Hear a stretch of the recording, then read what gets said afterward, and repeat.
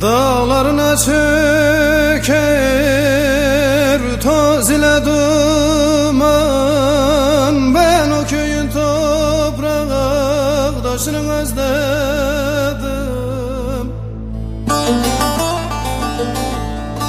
Ah odur benim yurdum, lelane odur benim sılam.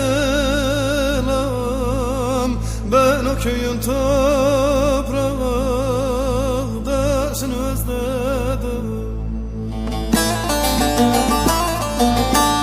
Ah odur benim yurdum, hani odur benim sılam.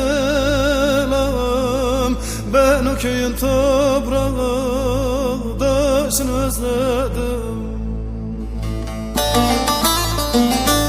Her evin katığı gayranı bitmez. 40 sene dolaşır one hayranı bitmez. Ah bugün Arefe olsa bayramı bitmez. Ben o köyün toprağı taşını özledim. Ah bugün Arefe olsa bayramı bitmez. Ben o köyün toprağı taşını özledim.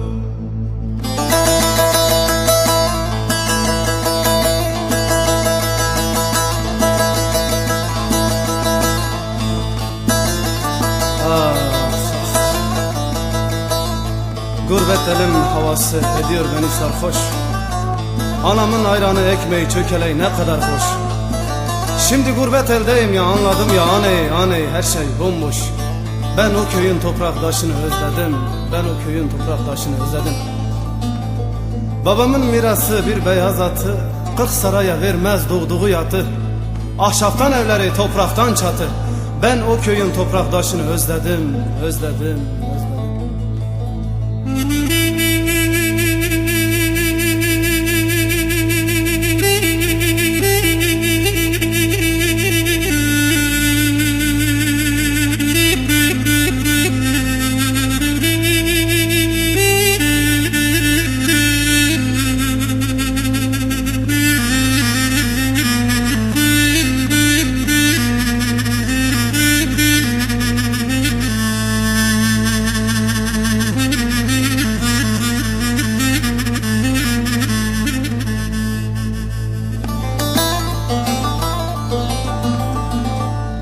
Kandil beyaz dağın bitmez dumanı. Yola düşer gençler toplar harmanı. Kandil beyaz dağın bitmez dumanı. Yola düşer gençler toplar harmanı. Oraklar arpada lele yayla zamanı. Ben o köyün toprağı taşını özledim.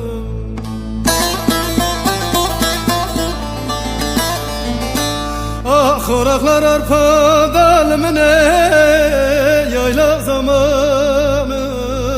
Ben o köyün toprağı taşını özledim.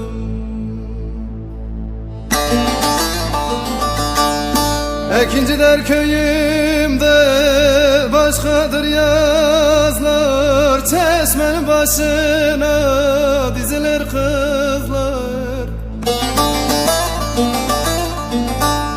Hangi kula sorsan yurdunu gözler. Ben o köyün toprağı taşını özledim.